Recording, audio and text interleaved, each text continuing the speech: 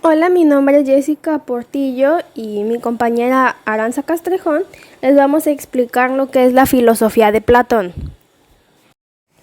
Platón fue un filósofo que inició con esto de la obtención del conocimiento gracias a Sócrates, ya que era su maestro y le enseñó lo que era la moral y la ética y del cual aprendió lo que es el intelectualismo ético. Platón tuvo muchas obras, pero se dividieron en partes. Tuvo escritos socráticos, diálogos de madurez y diálogos críticos. En los escritos socráticos escribió todo lo que aprendió de Sócrates, lo que es la ética y la moral, como ya mencioné, ya que a Sócrates no le gustaba hacerlo y pues él era como su interpretador. En los diálogos de madurez hablaba de temas de origen pitagórico, como la inmortalidad del alma, la teoría de la reminiscencia y la teoría de ideas, que esto se va a ir explicando a profundidad más adelante. También tiene los diálogos críticos y aquí fue cuando dejó de pensar en la concepción de Sócrates sobre la vida y empezó a formar su propia doctrina. Mucho tiempo después, cuando muere Sócrates, Platón decide irse de viaje y fue a 3 lugares. En Egipto aprendió lo que era la geometría. En Grecia aprendió de los pitagóricos que los números y las matemáticas era lo que regía al universo. Y en Cilicia fue que empezó a cuestionarse su propia doctrina de la teoría de las ideas. Una vez que regresa, funda la academia, la cual era un centro de estudios donde aplicaba todos los conocimientos que él obtuvo y los daba a sus alumnos. Fue un filósofo que tuvo muchas influencias de otros personajes importantes, por ejemplo de Heráclito. Aprendió o reconoció que vivimos en una realidad cambiante y que por ende no hay un conocimiento absoluto. Él estaba como que dispuesto al cambio porque, nada va a permanecer igual. Tenemos a Parménides, del que también estaban de acuerdo en lo de ser y no ser, a los pluralistas y los atomistas, de que el orden universal no surge al azar, sino que tuvo que haber un proceso antes. Del orfismo le enseñaron lo que es la reencarnación, donde ellos lo aplicaban de que si la persona tenía un alma pura, entonces iba a ser posible que se diera este suceso. De lo contrario, pues no. En el pitagorismo, ellos le enseñaron que las matemáticas era el principio que rige. También estaban de acuerdo en lo del orfismo sobre la reencarnación y la inmortalidad del alma. También tenemos a los sofistas, de los cuales critica la manera en la que entendían el lenguaje. Y por último, pues Sócrates, pues ya les mencioné, porque para Platón él fue el mejor ser humano y también adoptó lo que es el intelectualismo moral. Dentro de la filosofía de Platón nos explicaba 2 mundos, el mundo de las ideas y el mundo sensible. El mundo de las ideas era todo aquel conocimiento que era verdadero, que era inmutable, que era objetivo, mientras que el mundo sensible es todo lo que percibíamos de acuerdo a nuestros sentidos. Nos explicó los grados del conocimiento, que se dividen en 2, el intelectual, que es la ciencia, y el sensible, que es la opinión. Dentro del intelectual está la razón intuitiva y la razón discursiva. La intuitiva son las ideas, por ejemplo, es la ciencia dialéctica, y en la razón discursiva habla de la ciencia de las matemáticas. Por el contrario, en el sensible se divide en creencia y conjetura. La creencia es el conocimiento de los objetos por la percepción directa. En cambio, la conjetura es el conocimiento de las imágenes y sombras y objetos por lo mismo de la percepción propia.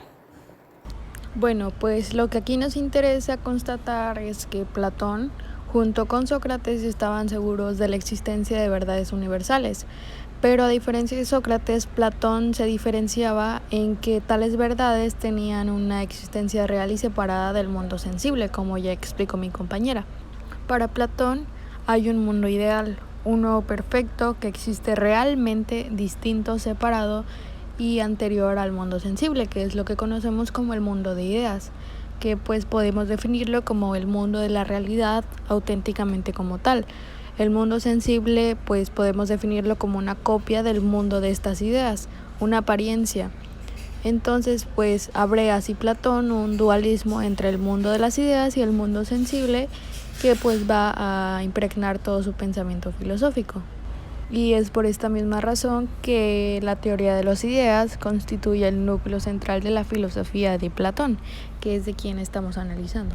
Bueno, yo les hablaré un poco más profundamente acerca de esto que conocemos como el mundo de las ideas, pero tenemos que definir qué es una idea de acuerdo a Platón.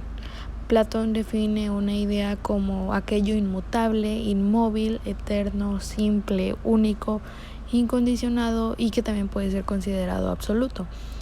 Y dice que solo pueden ser captadas por el entendimiento. Solo ellas y no los objetos sensibles existen verdaderamente.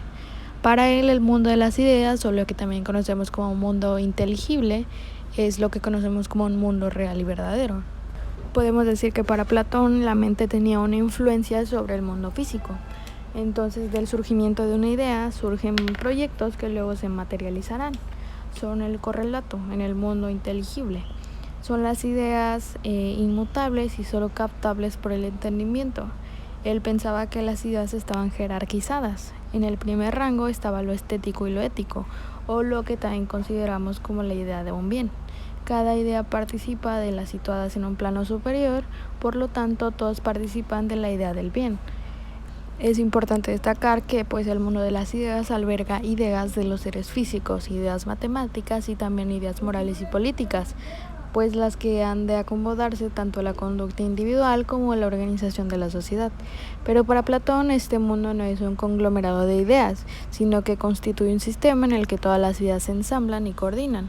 Y es justamente esto lo que les dije, que en cuanto a una gradación jerárquica, en la cúspide se encuentra la idea del bien y posterior a esto encontramos lo relacionado a lo matemático. Y por último, pues lo que podemos como materializar, ¿no? Que serían las cosas, como por ejemplo, pues una mesa, un hombre como tal, o sea, lo físico, un caballo. Resulta muy importante destacar que para Platón, cuando nacemos, pues ya tenemos un conocimiento. El conocimiento reconoce el mundo de las ideas, es decir, lo que ya sabemos. El alma es el pensamiento, es decir, de donde vienen pues todas las cosas. El proceso del recordamiento es cuando el alma recuerda lo que ya sabíamos y las cosas, o sea, materiales, le sirven como estímulo para recordar, que pues es lo que conocemos como anamnesis, aquello que ya conocía pero que habíamos olvidado. Para Platón todas las ideas son algo, al contrario de lo que piensa pues el mundo sensible, porque son perfectamente determinadas. El alma percibe una copia de las ideas al encarnarse en el cuerpo y recuerda las originales. Las cosas le sirvieron como un estímulo para recordar aquello que conocía pero que, como dije, pues estaba olvidado, ¿no? El mundo de las ideas es la auténtica realidad y a este mundo no se puede acceder con el uso de los propios sentidos o de los mismos sentidos, sino que para Platón se llega a él gracias al uso de la parte más excelente del alma, que pues considera que es la razón. Para finalizar, hablaré un poco acerca de lo que conocemos como la alegoría de la caverna. Para muchos, pues esto puede ser considerado como un mito, pero en realidad, o sea, en lo personal no lo considero un mito, lo considero más como tal una alegoría o pues una metáfora. Podemos decir básicamente que es una metáfora que utiliza Platón, una representación simbólica.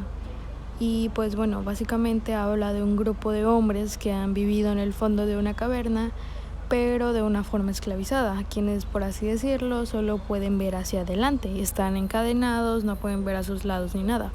Detrás de ellos hay como una tipo pared con otro grupo de hombres que hace pasar figuras de arcilla o barro por adelante de un fuego, entonces se proyecta así la sombra de estas figuras en la pared del fondo de la caverna, que es justamente donde se encuentran estos primeros hombres, los esclavizados. quienes creen que estos objetos son entonces los únicos que viven en la vida real. Para ellos, pues es lo único que existe. Es aquí donde entra Platón y se pregunta qué es lo que podría pasar si uno de estos hombres se libera y se diera cuenta de que estos actos pues han sido como planeados, ¿no? Y dándose cuenta también de que el mundo afuera es un mundo con figuras bien definidas y con colores, es decir, con objetos reales. El exprisionero regresa entonces a la caverna para contarle a sus compañeros qué es lo que ha visto, pero debido a que se desacostumbra a la luz, le cuesta trabajo volver a ver. Entonces, pues no le es posible ver las sombras proyectadas. Entonces, los prisioneros que aún se encontraban ahí lo tomaron como un loco y se niegan a ser liberados. La metáfora tiene muchos significados y uno de los más comunes y la que se adecua a Platón es que cada uno de los elementos tiene un significado. Entonces, por ejemplo, la caverna significa un mundo, el fuego significa el sol, las figuras, los objetos de la vida real, la pendiente como tal de la caverna, pues la educación, y el mundo exterior representa el mundo de las ideas. Dentro de la caverna podemos decir que el conocimiento es falaz. Con esto me refiero a que no es posible acceder a un conocimiento real, verídico y fáctico. La educación dentro de la caverna es ardua. Podemos decir que la persona esclavizada tiene que hacer un esfuerzo por salir. También se habla acerca de la empatía, de querer compartir el conocimiento. Pues es esto de que el exprisionero regresa y quiere compartir lo que vio en el mundo de las ideas o en el mundo inteligible, que es lo que conocemos. Básicamente podemos concluirlo en que el interior de la caverna representa el mundo sensible. Y cuando el prisionero sale de la caverna se encuentra con un mundo inteligible, un mundo de las ideas, pasando así de la imaginación a un mundo racional, a un conocimiento racional, donde sí se van a conocer los objetos tal cual son. Es básicamente el mundo del saber.